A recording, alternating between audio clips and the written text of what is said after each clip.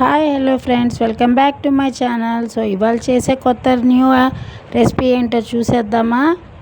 Onion pakodi recipe అయితే ఇవాళ చేస్తున్నాను ఫ్రెండ్స్. ముందుగా అయితే తరిగి పెట్టుకున్న సన్నటి ఉల్లిపాయలు, పచ్చిమిర్చి, తగినంత కొత్తిమీర, కరివేపాకు, కొంచెం వాము, కొంచెం సోడా ఉప్పు అయితే యాడ్ చేసుకున్నాను. అలాగే ధనియా పౌడర్ కూడా యాడ్ చేసుకున్నాను. తగినంత సాల్ట్ యాడ్ చేసుకున్నాను.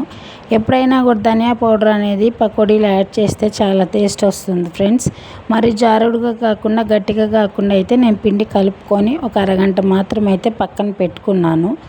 ఇప్పుడైతే మూకుల్లోకి అయితే నేను ఆయిల్ అయితే వేసుకున్నాను. హీట్ అయ్యే వరకు బాగా ఐరన్ కడాయే వాడాలి ఫ్రెండ్స్. ఇట్లాంటి పకోడీకి కానీ ఏదన్నా బజ్జీ చేస్తున్నా కూడా మనము, ఎందుకంటే దాంట్లోనే టేస్ట్ అనేది వస్తుంది, అంటుకోకుండా వస్తుంది. సో ముందు అయితే నూనె వేడెక్కింది కాబట్టి బాగా కంపల్సరీ నూనె అయితే బాగా వేడెక్కాలి ఫ్రెండ్. వేడెక్కకుండా వేస్తే మాత్రం సరిగా ఉడకవు. సో ఇప్పుడైతే నేను ముందుగా కలిపి పెట్టుకొని అన్నీ రెడీ చేసి పెట్టుకున్న పకోడీ పిండి అయితే ఆయిల్లో వేస్తున్నాను. చూస్తున్నారు కదా, చిన్నగా సైజులో అయినా వేసుకోవచ్చు, పెద్ద సైజులో అయినా వేసుకోవచ్చు ఫ్రెండ్స్. ఎలాగైనా కానీ నేనైతే కొంచెం మీడియం సైజులోనే వేసేస్తున్నాను.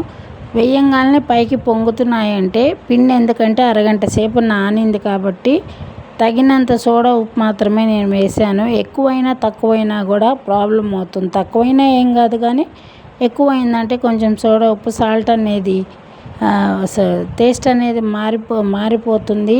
మళ్ళీ బాగా నూనె అనేది ఎక్కువగా లాగేసుకుంటుంది.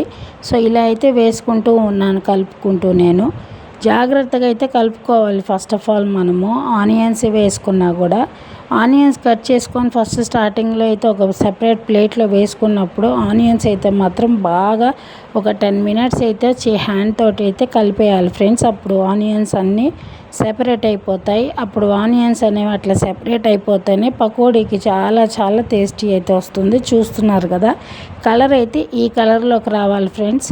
మరీ లైట్గా ఎల్లోగా ఉండకూడదు, మరీ డార్క్ రెడ్ కలర్లోకి కూడా రాకూడదు. నేను కరెక్ట్గా వేసుకున్నాను కాబట్టి నూనెకి అయితే లోపల అంటుకోకుండా పైకి వచ్చి తేలుతూనే ఉడికేసినాయి. చూస్తున్నారు.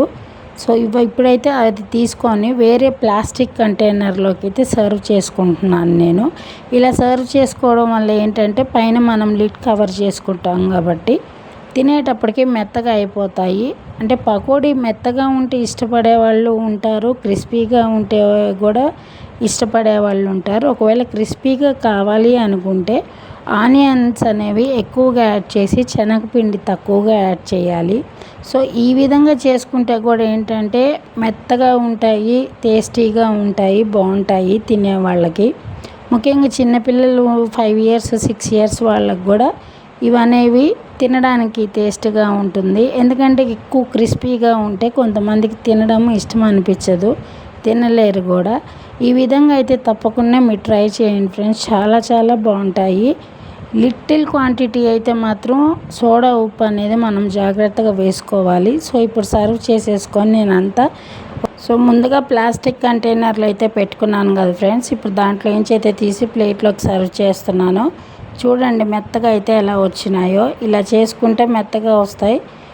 క్రిస్పీగా కావాలంటే కూడా ఆనియన్స్ అనేవి ఎక్కువ వేసి మనం లిడ్ కవర్ చేయకుండా ఉండొచ్చు. సో తప్పకుండా ఇదైతే ట్రై చేయండి.